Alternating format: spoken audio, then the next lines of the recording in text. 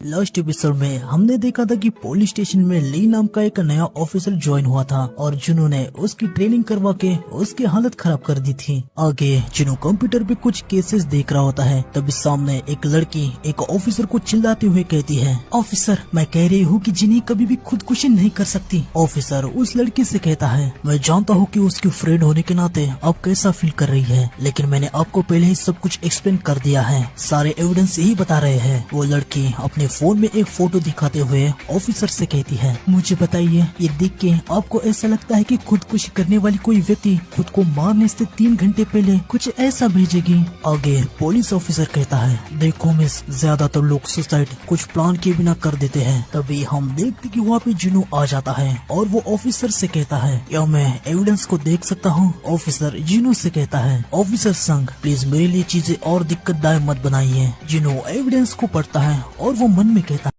एक लड़की बाथटब में डेड मिली, चाकू जिससे उसको कट लगा था वो वहीं पे पड़ा हुआ है और बस वही वेपन है जिसमें विक्टिम के फिंगरप्रिंट है। विक्टिम बाहर से काफी खुश मिजाज की लग रही है, लेकिन सच ये है कि वो अंदर से काफी ज्यादा डिप्रेस थी। जुनू आगे कहता है, मुझे इसमें कुछ गड़बड़ तो नहीं लग रही, लेकिन फिर भी मैं इस केस को इन्वेस्टिगेट करूंगा। ये सुन के साइड वाला ऑफिसर अपने मन में कहता है, लगता है घोस्ट को फिर कुछ मिला है, क्या ये कमीना कभी थकता नहीं? आगे जुनू लड़की से कहता है, हेलो मैं ऑफिसर संग जुनू हूँ, क्या मैं कुछ पल के लिए आपके साथ बात कर सकता हूँ? अगले सीन में हम रात में एक अपार्टमेंट को देखते हैं। यहाँ एक रूम में जुनू आ जाता है और ये उसी लड़की का रूम होता है। जुनू बाथरूम में जाता है, वहाँ पे उस लड़की का खून अभी भी होता है। जुनू अपने मन में कहता है, पहले ये करने के लिए मुझे बॉडी लगती थी, हम देखते कि जुनू अब बस खून से ही शैडो को एक्सट्रैक्ट कर सकता है। वो अराइज कह के उस लड़की की शैडो को एक्सट्रैक्ट कर लेता है। वो लड़की काफी ज्यादा डरी हुई थी।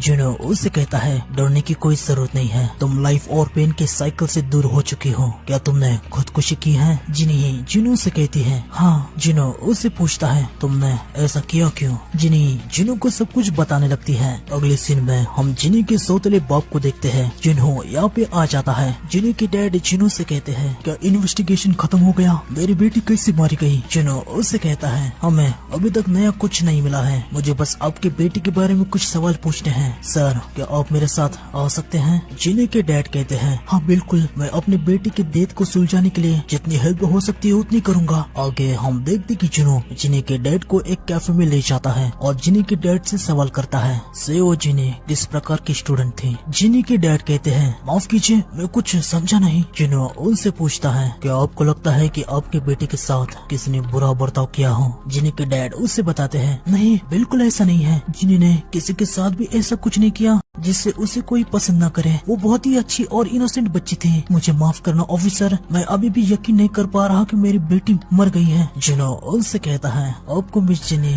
काफी पसंद रही होगी। जिनी के डैड कहते हैं, हाँ बिल्कुल, शायद आपको पता ही होगा कि जिनी मेरी सगी बेटी नहीं थी, पर मैं उसे अपनी बेटी की तरह ट्रीट करता था। तभी जुनू अपने मोबाइल में जिनी के डैड को एक रिकॉर्डिंग सुनाता है और उससे कहता है, जब हम आपकी बेटी के बारे में खोज कर रहे थे तो हमें ये रिकॉर्डिंग मिली, प्लीज जरा इसे सुनिए। जिनी के डैड रिकॉर्डिंग सुनते हैं। जिनू आगे कहता है, इस रिकॉर्डिंग में एविडेंस है कि जब से वो जिनी यंग थी और अपने एडॉप्टेड फादर के हाथ में सौंपी गई थी तो उसके साथ कितना बुरा बर्ताव हुआ है। वो उसके फादर से दूर गई, लेकिन वो उसे फिर से कांटेक्ट करने लगे। आखिर में थके उसने डेथ को चुन लिया। ये सब सुनने के बाद ये कमीना जिनू से कहता है, मुझे ये क्यों सुना रहे हो? अगर तुम मुझे अरेस्ट करने वाले हो तो हथकड़ी पहनवाने के लिए तुम्हें और ऑफिसर को साथ लाना होगा। जिनू इस कमीने से कहता है, तुम्हारे पास 2 चॉइस है। कमीना कहता है, कैसी चॉइस? जिनू उससे बताता है, एक, तुम्हें तुम्हारे सारे क्राइम्स को कबूल करके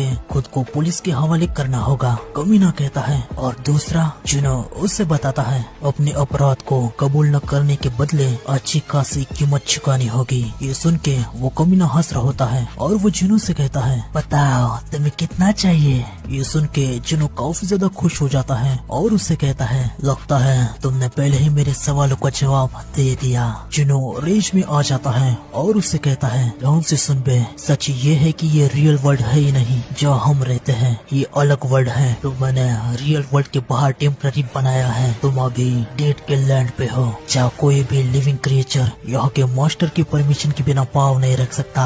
ये इटर्नल स्लम्बर का वर्ल्ड है और उस जेल का नाम है जो तुम्हें अभी कैद कर लेगा।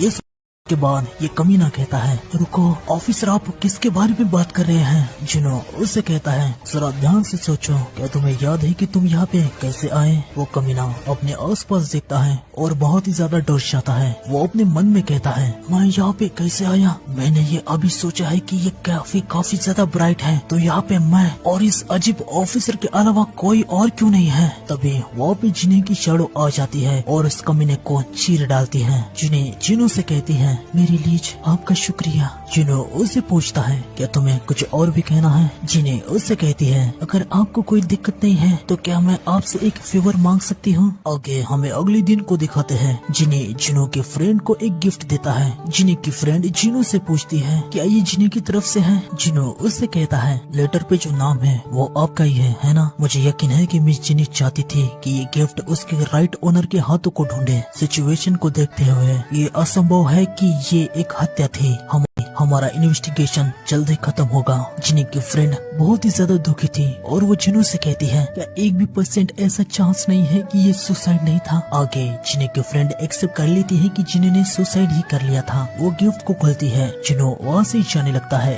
जिनी की फ्रेंड उसे थैंक्स कहती है। आगे हम देखते कि जिनी की फ्रेंड रोने लगती है। गिफ्ट बॉक्स के अंदर एक कप होता है और एक लेटर होता है जिसमें हैप्पी बर्थडे लिखा हुआ होता है। कुछ दिन बीत जाते हैं। आगे हमें एक रेस्टोरेंट में जिनो और यूजुनो को दिखाते हैं। यूजुनो को भी जिनो ने पास्ट के बारे में सब कुछ बता दिया होता है। यूजुनो जिनो से कहता है, सर मैं जिना को प्रपोज करने का प्लान कर रहा हूँ। ये सुन के जिनो थोड़ा सा हैरान सा हो जाता है। आगे हम देखते कि यूजुनो ने एक रिंग भी लाई होती है। उसे वो जिनो को दिखाता है और कहता है, आज मैं सीरियस हूँ, पर आपको क्या लगता है कि जिना को ये रिंग पसंद आएगी? जिनो उससे कहता है, अरे यार मुझे इन जैसे चीजों के बारे में ज्यादा पता नहीं है। यूजुनो कहता है, ठीक है कोई बात नहीं, वैसे मैंने काफी सारी गिफ्ट तैयार करके रखे हैं क्योंकि मुझे नहीं पता कि उसे क्या पसंद है। सच ये है कि हमारे कंपनी की प्रॉपर्टी में हम एक नई बिल्डिंग को बना रहे हैं। जब जिना अपना सब कुछ कंप्लीट कर लेगी तो वो वहाँ पे अपना क्लिनिक ओपन कर सकती है। ये सुन के जिनो काफी ज्यादा हैरान हो जाता है और वो यूजुनो से कहता है, एक मिनट, उस बिल्डिंग की कीमत लगभग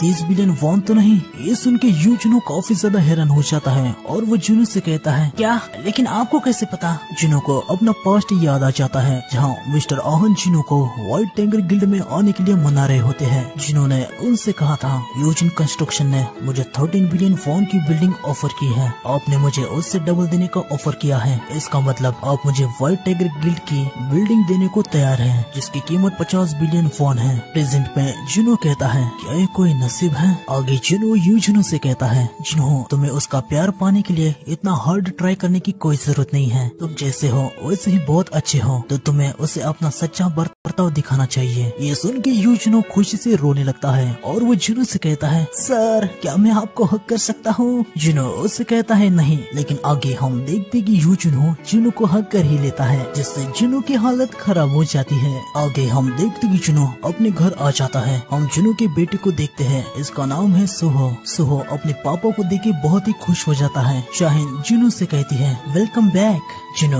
उससे कहता है, ओह तो तुम अभी भी जागी हुई हो। शाहिन जिनो से कहती है, हाँ पर तुम आज ड्रिंक के लिए क्यों गए, जबकि तुम्हें तो कोई नशा ही नहीं होता? जिनो उससे बताता है, जिन्हों को मुझसे कुछ इम्पोर्टेंट बात करनी थी तो मैं उसके साथ गया था। शाहिन कहती है, क्या फाइनली वो सवाल पूछने के लिए तैयार है? जिनो कहता है, मुझे नहीं पता, हमें बस वेट करना होगा। वैसे मैं हैरान हूँ कि सुहो अभी तक जागा हुआ है। शाहिन जिनो को बताती है, क्योंकि आज वो दिन में काफी ज्यादा सोया हुआ था। साइड में हम देखते कि इग्रिस और बिलियन बात कर रहे होते हैं। जिनो चैन से कहता है, इन लोगों का क्या चल रहा है? बिलियन इग्रिस से कहता है, इग्रिस क्यों ना हम हमारे छोटे किंग को स्वॉर्ड कैसे पकड़ते हैं ये सिखाए, तुम इसके बारे में क्या सोचते हो? इग्रिस बिलियन से कहता है, इस दुनिया में एकेडमिक स्किल वाले सबसे पावरफुल होते हैं। जिनो इनसे कहता है मैं सुहो को स्वॉर्ड और स्टडी सिखाने के खिलाफ नहीं हूँ, लेकिन तुम लोगों को इसकी चिंता इसके चलने सीखने के बाद नहीं करनी चाहिए। तभी चाहिन जिनो से कहती है, और जब तक सुहो चलना नहीं सीखता तुम घर जल्दी क्यों नहीं आ जाते? आगे हमें अगले दिन पुलिस स्टेशन में दिखाया जाता है। हम देखते कि चीफ ने जिनो को बुलाया होता है और चीफ और कोई नहीं बल्कि जिनचुल होता है। वो काफी ज्यादा बूढ़ा हो गया है। जिनो जिनचुल से कहता है, चीफ आपने मुझे याद किया? जिनचुल जिनो से कहता है, मिस्टर संग, ऐसी अफवाह फैल रही है कि आप दूसरे ऑफिसर के केस को इन्वेस्टिगेट कर रहे हैं। प्लीज इसे एक लेवल तक ही रखिए ताकि आपके साथी आपको फिर से ना भेज दे। जिनो जिनचुल से कहता है, चीफ, अब मैं हंटर नहीं हूँ और आप मेरे बॉस हैं, तो आपको मुझसे फॉर्मली बात करने की कोई जरूरत नहीं है। जिनचुल जिनो से कहता है, पर मुझे आपसे ऐसे ही बात करने में अच्छा लगता है। वैसे आपको पता है वो सुसाइड करने वाली लड़की, उसके अडॉप्टिव फादर कुछ दिन पहले गायब हो गए। जिनो जिनचुल से कहता है, नहीं, मुझे कुछ नहीं पता। ये सुन के जिनचुल कहता है, हैरानी की बात है, जब वो गायब हो गया था उसके घर के सारे सिक्योरिटी कैमरास भी खराब हो गए थे। ये सुन के जिनो कहता है, वाह, क्या अजीब कोइंसिडेंस है ना। जिनचुल जिनो से कहता है, आप जो भी करेंगे मिस्टर संग, मुझे आप पे पूरा यकीन है। वैसे मैंने आपको इसके लिए यहाँ पे नहीं बुलाया था। हम देखते कि जिनचुल जिनो को एक कार्ड देता है। जिनो उसे देखता है और जिनचुल से पूछता है, ये क्या है। जिनचुल जिनो को बताता है, मुझे लगा शायद आपको इसके बारे में पता होगा। हंटर एसोसिएशन के चेयरमैन, मेरा मतलब चेयरमैन गो गुनही काफी बुरी हालत में है। आगे हम मिस्टर गो को हॉस्पिटल में देखते हैं। यहाँ पे जिनो आ जाता है। मिस्टर गो जिनो को देखते हैं और अपना ऑक्सीजन मास्क निकालने को कहते हैं। जिनो मिस्टर गो का ऑक्सीजन मास्क निकाल देता है। मिस्टर गो जिनो से कहते हैं, फिर से देखे काफी अच्छा लगा, तुम वापस आ गए यंग मैन। वास्तव में मैं काफी समय से तुम्हें ढूंढ रहा था। जिन्हो होली वाटर ऑफ लाइफ को निकालता है और मिस्टर गो से कहता है, अगर आपकी फिर से हील होने की इच्छा है तो सर। लेकिन तभी मिस्टर गो जिन्हो से कहते हैं, मैं काफी लंबी जिंदगी जी चुका, मुझे एक्स्ट्रा 10 साल देने के लिए तुम्हारा शुक्रिया। उस समय में जो भी जरूरी था मैंने वो सब कर लिया, मेरे लिए वो काफी था। वास्तव में मुझे तुमसे सवाल पूछना था। उस दिन तुमने मुझसे कहा था कि दूसरी दुनिया में हमने एक साथ फाइट की थी। हम देखते कि मिस्टर को अपना आखिरी पूरा जोर लगा के उड़ जाते हैं और वो आगे जिनो से कहते हैं, क्या तुम मुझे वो दिखा सकते हो? मैं अपनी आंखों से देखना चाहता हूँ कि वहाँ पे क्या हुआ था। जिनो मिस्टर गो से कहता है, ये यादें शायद आपको याद करने में अच्छी न लगे। मिस्टर गो कहते हैं, कोई बात नहीं, मैं बस अपनी खोई हुई यादों को रिकवर करना चाहता हूँ। जिनो मिस्टर गो का हाथ पकड़ लेता है। मिस्टर गो को उनकी सारी यादें याद आने लगती है।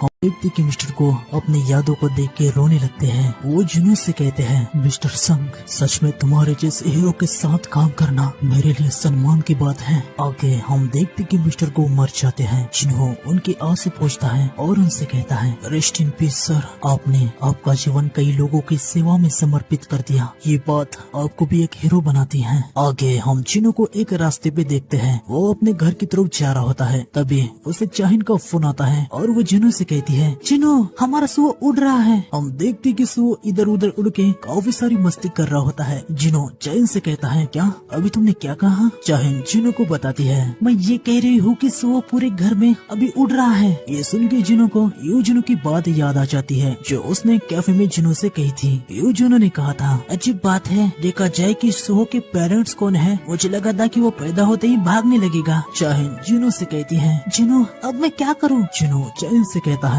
चिंता करने की कोई बात नहीं है, मैं सुहो को सब कुछ सिखा दूंगा और हम शुरुआत उड़ने से करेंगे। ये सुन के चाहिन कहती है, क्या तुम भी उड़ सकते हो? जिनो चाहिन से कहता है, क्या मैंने कभी इसके बारे में मेंशन नहीं किया क्या? आगे हम मिस्टर गो को देखते हैं। वहाँ पे डॉक्टर आ जाते हैं और उनकी वाइफ भी आ जाती है। उनकी वाइफ काफी ज्यादा रोने लगती है। इसके बाद नरेटर हमें बताता है, जब शरद ऋतु आता है आगे शीत ऋतु भी आ जाता है और फिर से वसंत लौट आता है। सभी चीजों की एक शुरुआत और एक अंत होता है, अंत के बाद और एक शुरुआत होती है। आगे जिनो चाहिन से कहता है, हाँ एन, मैं आज जल्दी घर आ जाऊंगा। आगे हम जिनो के घर में देखते हैं। सुहो ने घर की हालत खराब करके रखी होती है और चाहिन काफी ज्यादा परेशान होती है। वेलियन इग्रिस से कहता है, तो जब हमारे छोटे किंग अब उड़ सकते हैं तो क्यों ना हम उन्हें एडवांस में हवा में कैसे लड़ते हैं सिखा दें। इग्रिस वेलियन से कहता है, बेवकूफ, इसका मतलब ये होगा कि वो फ्यूचर में पायलट बन जाएगा। तो आज की वीडियो में बस इतना है, मिलते हैं नेक्स्ट एपिसोड में।